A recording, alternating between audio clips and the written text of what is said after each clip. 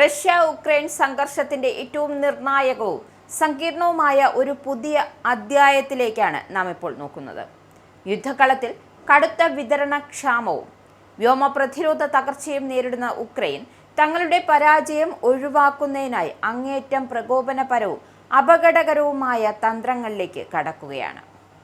Ukrainian തലസ്ഥാനമായ കീവിലേക്ക് Russia നടത്തുന്ന കൃത്യതയാർന്ന ballistic missile ആക്രമണങ്ങളെ ചെറുക്കാൻ അമേരിക്ക നൽകിയ പാട്രിയറ്റ് വ്യോമ പ്രതിരോധ സംവിധാനങ്ങൾക്ക് ഇനി കഴിയുന്നില്ല എന്ന യാഥാർത്ഥ്യം ഇപ്പോൾ പുറത്തുവരികയാണ്. പാട്രിയറ്റ് ഇന്റർസെപ്റ്റർ മിസൈലുകളുടെ കടുത്ത ക്ഷാമം നേരിടുന്നത് ഉക്രൈൻ തങ്ങളുടെ പ്രതിരോധ ശേഷി പൂർണ്ണമായും തകർന്നടിഞ്ഞ ഘട്ടത്തിൽ റഷ്യൻ അതിർത്തിക്കുള്ളിലേക്ക് കടന്നു ചെന്ന് ആക്രമണം നടത്തുന്നതിനുള്ള വൻ ഗൂഢാലോചനയാണ് നടത്തുന്നത്.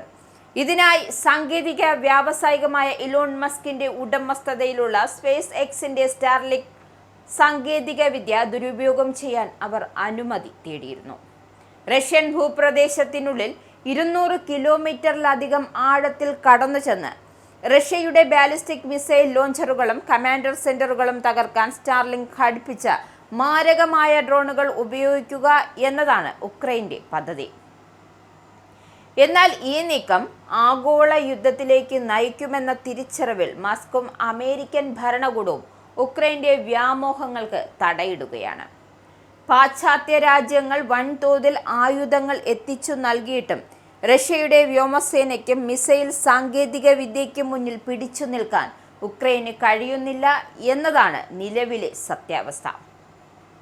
റഷ്യൻ സേനയുടെ അതിശക്തമായ ആക്രമണങ്ങൾക്ക് മുന്നിൽ ഉക്രൈന്റെ വ്യോമ പ്രതിരോധ കവചങ്ങൾ ഒന്നൊന്നായി തകർന്നടിയുകയാണ്. പശ്ചിമേഷ്യൻ മേഖലയിലുണ്ടായ സംഘർഷങ്ങളും അന്താരാഷ്ട്ര തലത്തിലെ ആയുധ വിതരണത്തിലുണ്ടായ തിടുക്കവും കാരണമാണ് പാട്രിയറ്റ് മിസൈലുകളുടെ ആഗോള വിതരണം തടസ്സപ്പെട്ടിരിക്കുന്നത്. സ്വന്തം ആകാശത്തെ സംരക്ഷിക്കാൻ പാശ്ചാത്യർ നൽകിയ മിസൈലുകൾ തികയാതെ വന്നതോടെ റഷ്യയുടെ പരമാധികാര അതിർത്തിക്കുള്ളിലേക്ക് ഡ്രോൺ ആക്രമണം നടത്തുക എന്ന വിനാശകരമായ വഴി ഉക്രൈൻ തിരഞ്ഞെടുക്കുന്നത്. പരമ്പരാഗത സിഗ്നൽ ജാമിംഗ് സംവിധാനങ്ങളെ അതിജീവിച്ച് ദീർഘദൂരം സഞ്ചരിക്കാൻ സ്റ്റാർലിങ്ക് ഉപഗ്രഹ ശൃംഖല ഘടിപ്പിച്ച ഡ്രോണുകൾക്ക് കഴിയും എന്നതിനാലാണ് ഉക്രൈൻ പ്രസിഡന്റ് വ്ളാഡിമിർ സെലൻസ്കി മസ്കിന്റെ സഹായം തേടാൻ നിർബന്ധിതനായത്. എന്നാൽ റഷ്യൻ മണ്ണിലേക്ക് സാങ്കേതിക വിദ്യ ഉപയോഗിച്ച് ആക്രമണം നടത്തുന്നത് മൂന്നാം ലോക മഹായുദ്ധത്തിന് വഴി തുറക്കുമെന്ന വിലയിരുത്തലാണ് ആഗോള നിരീക്ഷണ ഏജൻസികൾ. അമേരിക്കൻ പ്രസിഡന്റ് ഡൊണാൾഡ് ട്രംപുമായുള്ള കൂടിക്കാഴ്ചയിൽ സെലൻസ്കി ഈ ആവശ്യം നേരിട്ട് ഉന്നയിച്ചിരിക്കുന്നതായാണ് റിപ്പോർട്ടുകൾ വ്യക്തമാകുന്നത്. റഷ്യയ്ക്കുള്ളിലെ റഷ്യൻ സൈനിക താവളങ്ങളെ ലക്ഷ്യമിടാൻ സ്റ്റാർലിങ്ക് അനുവദിക്കണമെന്ന് മസ്കിനോട് ആവശ്യപ്പെടാൻ സെലൻസ്കി ട്രംപിനോട് അപേക്ഷിക്കുകയുണ്ടായി.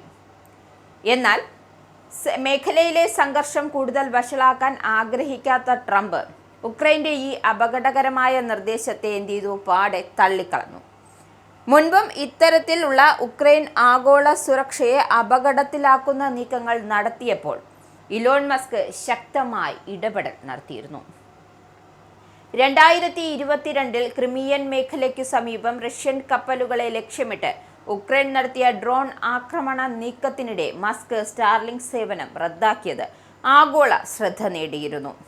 റഷ്യയുടെ ശക്തമായ തിരിച്ചടിക്ക് കാരണമാകുന്നതും തങ്ങളുടെ സാങ്കേതിക വിദ്യ ഒരു വൻകിട ആഗോള യുദ്ധത്തിന് കാരണമാകുന്നതും തടയാൻ മസ്ക് കൃത്യമായി നിലപാടെടുത്തിരുന്നു. ഉക്രൈന്റെ മുൻ ഡിജിറ്റൽ ട്രാൻസ്ഫോർമേഷൻ മന്ത്രി മൈഖൈലോ ഫെഡറോവ ഇക്കാര്യം സമ്മതിച്ചിരുന്നു. മസ്കിന്റെ പക്കൽ നിന്നും ഇത്തരം വിനാശകരമായ ആക്രമണങ്ങൾക്ക് അനുമതി നേടുക എന്നത് ഉക്രൈനിന് സാധ്യമല്ല. മറുവശത്താകട്ടെ റഷ്യ തങ്ങളുടെ അതിർത്തികളുടെ സുരക്ഷ സംരക്ഷിക്കുന്നതിലും തികച്ചും തന്ത്രപരമായ മേൽക്കോയ്മ നിലനിർത്തുന്നുണ്ട്. സ്വന്തം രാജ്യത്തെ ജനങ്ങളെയും തന്ത്രപ്രധാനമായ സൈനിക താവളങ്ങളെയും സംരക്ഷിക്കാൻ റഷ്യൻ സേന കൃത്യമായ പ്രതിരോധ നടപടികളാണ് സ്വീകരിക്കുന്നത്. പാശ്ചാത്യ നാറ്റോ രാജ്യങ്ങൾ നൽകിയ ആധുനിക ആയുധങ്ങളും സാങ്കേതിക വിദ്യകളും ഉപയോഗിച്ച് റഷ്യയുടെ ആഭ്യന്തര സുരക്ഷയെ തകർക്കാൻ ഉക്രൈൻ നടത്തുന്ന ശ്രമങ്ങൾ തുടർച്ചയായി പരാജയപ്പെടുകയാണ്. ആഗോള വിപണിയിലെ തടസ്സങ്ങളും സ്വന്തം വ്യോമ പ്രതിരോധ തകർച്ചയും മറച്ചുവെക്കാൻ റഷ്യൻ പ്രദേശത്ത് ആക്രമണം നടത്താൻ തുനിയുന്നത് ഉക്രൈൻ സൈനിക നിരാശയാണ് കാണിക്കുന്നത്. ശാന്തിക്കും സമാധാനത്തിനും പകരം യുദ്ധം കൂടുതൽ മേഖലകളിലേക്ക് വ്യാപിപ്പിക്കാൻ ശ്രമിക്കുന്ന ഉക്രൈൻ ഭരണകൂടത്തിന്റെ നീക്കങ്ങൾക്ക് മുന്നിൽ അന്താരാഷ്ട്ര സമൂഹവും സാങ്കേതിക ഭീമന്മാരും ഇപ്പോൾ ശക്തമായ പ്രതിരോധം തീർക്കുകയാണ്.